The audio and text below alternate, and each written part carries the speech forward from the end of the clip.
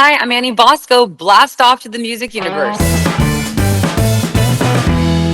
Annie Bosko, welcome to the Music Universe. How are you?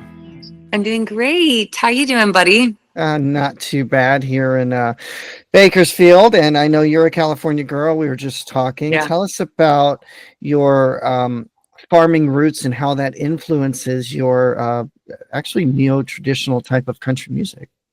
Yeah, I love that you used the term neo-traditional because that's like always how I refer to myself. So I'm from Thousand Oaks, California, and my dad was a third generation farmer, produce farmer, row crops.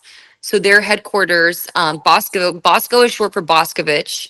So my grandpa started Boscovich Farms. Their headquarters is in Oxnard, California, and they grow produce, kind of scattered through the Central Valleys in Salinas. And so we spent summers going to Salinas for my dad's job. So I'd say that even though I'm from California, I had like a pretty, rural upbringing. And my uncle was in the rodeo world. So we had 5 quarter horses and an arena, and they did the team roping events and barrel racing. And I was kind of more of a, I would go take a horse on horseback and go trail ride and sing. That was like, I would just like love to be out in nature on trail ride. That was my jam. I never got into the rodeo events. I just sing a lot of national anthems up, but never actually competed.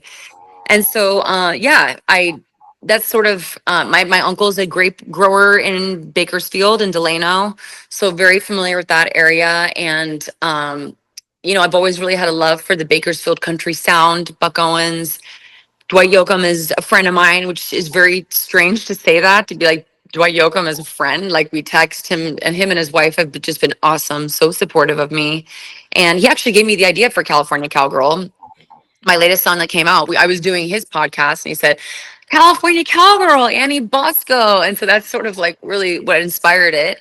And I think, it's so funny. People stereotype, right? Like wherever you're from, particularly California, it's so easy to hate on. And I will be the first to, agree that California has some issues for sure. But I think as far as like geographically, it's gorgeous. And there's so much farmland in California. I mean, Mhm. 75% of the nation's produce is grown in California. And there's a huge country music scene and people that love country music. Line dance is huge in California. I grew up line dancing 3 days a week.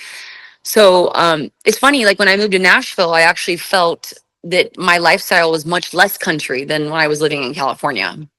Really? Yeah, because I was living in 12th South, 12th Avenue South. I don't know if you know that Mm. neighborhood. It's Yeah. kind of like it's more urban, but it's close to everything in Music Row. And yeah, I didn't have access to people who had horses or farms, or I was doing the music hustle thing, so I didn't really have access to that kind of stuff. Yeah, and I'm initially from Missouri, so I'm used to farming. And I didn't grow up in farms, but grew up close to them. So a lot of Yeah. farms, horses. We had horses growing up, and then you move to Nashville, you kind of have a little bit of all of that within, Yeah. about a 30-mile radius. So I can Yeah. understand you're in the city, but go 10 minutes out of town, and you're Mhm. in farmland. And a lot of Yeah. people don't, I think, attribute California and farming, like you said, together. Hmm. But yeah, there is really a big farm country here. But Hmm. your new song, California Girl, just came out on the 4th that you mentioned, and you actually name dropped Dwight. California Cowgirl. Yep. Yeah. Yes, this past year I released a duet with him almost a year ago, actually, um, called Heartburn. So that was really cool, and that was a definitely a bucket list to get to do a collaboration with him because he's definitely one of my musical heroes. And I grew up on well, in our house, my dad didn't refer to him as George Strait because he's King George, and it was King George was I grew up on a lot of that, so that's why it was fun to drop Dwight and King George in the first two. Yeah. And I was just listening to the song before you hopped on, and it jumps back to the kind of 90s country that I grew up listening to, that really just kind of storytelling, instrumentation. Is that what inspires you because you listen to King George, you listen to White, and is that just kind of why you kept to your, I guess, '90s instrumentation type Mhm. style? You know, subconsciously, yes, yes. To make a long story short, I think it's like I don't even realize that I'm intentionally doing that. That's just sort of like what comes out when I'm making the music. And I think as an artist, you evolve, but I think for me at this point in the game, it's so important to really not chase trends and just chase kind of like what's in my heart. And that's the music that's in my heart. And it's the music that quite honestly I miss, when I turn on the radio. Like I really miss that 90s country sound. And yeah, and that's why I love that like it's sort of, some artists are really kind of making it cool again. There's like this sort of this resurgence of music that really sounds country. And so, Mhm. well, I think there's always going to be like a little bit of everything, right? Like you're always going to have like the stuff that leans this or this way, but like I just feel that yeah, that's sort of like what's in my heart. And so I just have to do that, and do whatever's in my heart. Yeah. And you also teamed up with Joe Nichols recently, your current single, Better Than You. Also a great Yeah. song. How did that collab come about? That collab came about. I have to give the credit to my record label president, dear Benny Brown. Benny started Broken Bow Records and then sold it a couple years ago and started a new label, which is what every 84-year-old does, right? Like I'm gonna start a new. He's just one of those crazy guys that like is involved in NASCAR and real estate and playing. He's just really an outlier and a really fascinatingly successful human being. And he really wanted us to do a song together because Joe's on my label as well, on the sister label. And we had talked about it. He said, I really want you to do a song with Joe. And I'm like, man, that would be an honor. I think he's got one of the greatest voices ever in country music. So, just so different and distinct. And like when he sings, you just know it's him. And so we were listening to different songs. And then Derek George, who was producing him, sent me that one and said, hey, this song, was actually written as a duet, which I thought was really interesting and unique because in today's world, I'd say a lot of songs aren't written as a duet, but they make it a collaboration because collabs are so popular to do right now. But this Right. one was really truly written as a duet. And um, for me, like the real telltale is if like I hear something and I'm like, oh, I can't wait to learn how to sing it, Like I can't wait to go practice it. Like, and how would I sing that line? And that's what happened with this song. And so, uh, yeah, it just, it felt like the perfect duet for us to do together and felt very impactful and sort of one of those songs that just felt like a no brainer, when I heard it. I'm like, yeah, that's it. Yeah. And were you guys in the studio together? Because I know a lot of clubs aren't like that, but then some are. We were not. We were not because if you went on Joe Nichols' website and you looked at his touring schedule, you would understand why we weren't. I mean, that guy's always on the road, works so hard and very dedicated to his family, which I really respect. Like he'll fly back to Texas if his daughter has a softball game that he has to coach. You know what I mean? Like, cause that's just who he is. And I really respect that about him. And last year I was traveling a lot as well. So ideally, you'd love to be in the studio and looking at each other and doing it, but that just was not possible. It was like with our schedules, we just couldn't make the schedules line up and we had to get it done. And so yeah, we I imagined him in my head. And I think I FaceTimed him. I did FaceTime him a few times. I was like, hey, I'm just gonna FaceTime you. What do you think about this? So I definitely kept him involved for sure.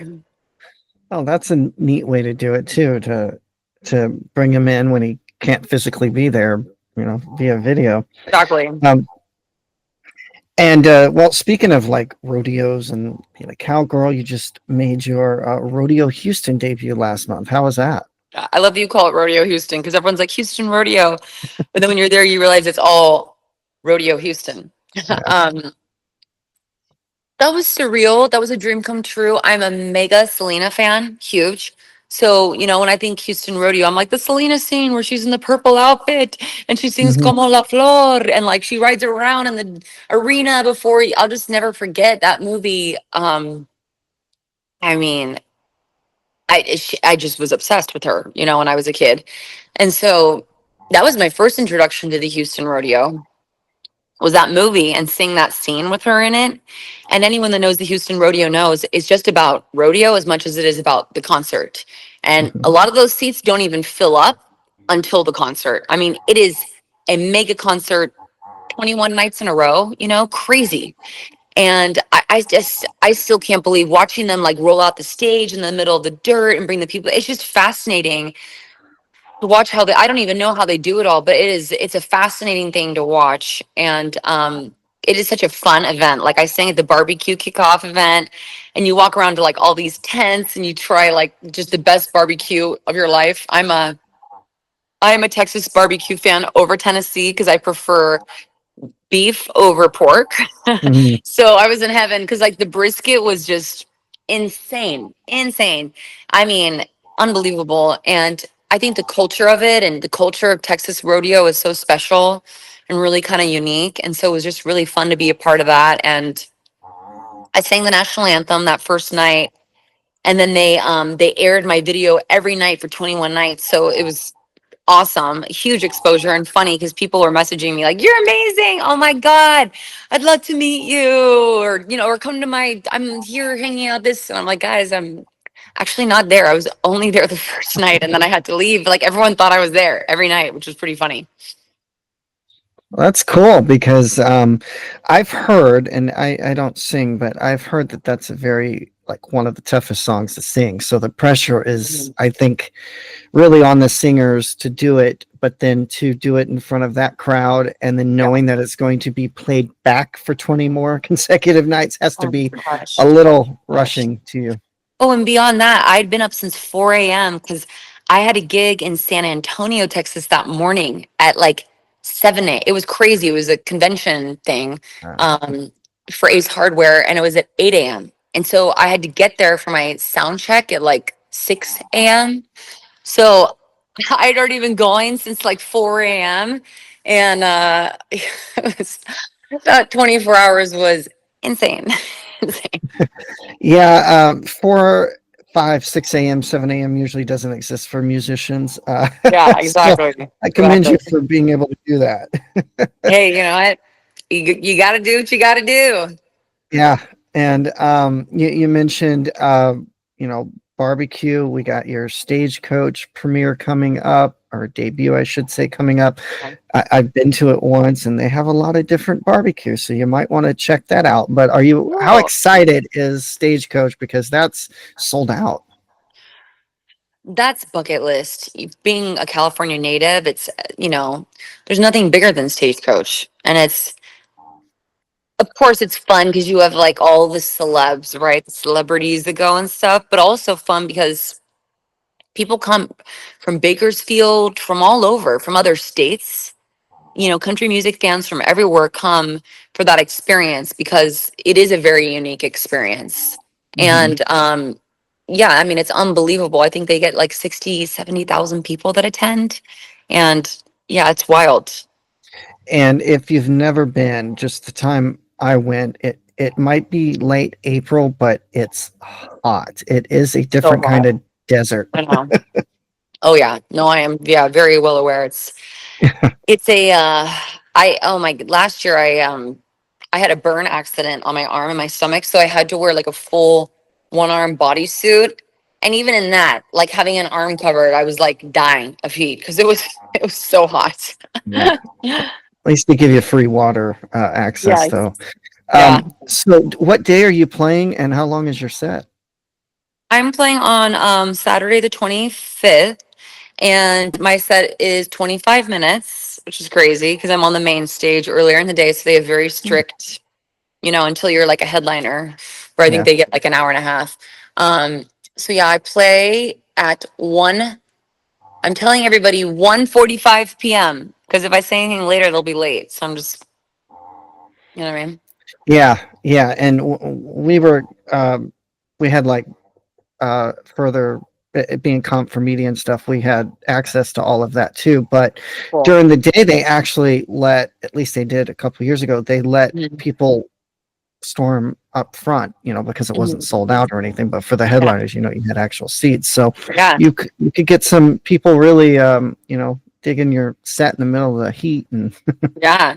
stuff and line I'm dancing, just hopefully. thrilled because like 3 years ago, or 4 years ago, I went just as an attendee and I slept on an inflatable mattress in my cousin's like living room of their Airbnb. And I think I scalped a ticket. And then I think I like jumped over the railing to get into the VIP section. Like I was one of those people. And I'm Hmm. like, and now I get to play the main stage. That's fun. I should tell that story on stage. There you go. Well, I know we're running low on time here. Anything else you want to add, like some other tour dates? Where can people see you live this summer besides those places? So if you go on anniebosco.com or really any of my social media sites, you can go find my tour dates with a list of a bunch of, other shows and festivals that I'll be playing throughout the summer. So yeah, and you can go check out like updates and new music and all the good stuff. Any idea when the debut album is dropping, or is that kind of We're under hoping wraps? it'll come out the end of September. So that's the goal right now is the fall. Okay. Yeah. Well, that we're looking forward to it here, and can't wait to hopefully see you. I don't do a lot of traveling these days, but maybe I'll get to see you in my neck of the woods at some point. Hey, yeah, absolutely. I usually come through Bakersfield and we've KUZZ has been very supportive of Better Than You, and we're really grateful for their support. And I love that team over there. Brent is awesome, and I usually play Bakersfield a few times a year. So yeah, Okay, I'll have to be checking. absolutely. All right, All thanks, right, Annie. thanks, buddy.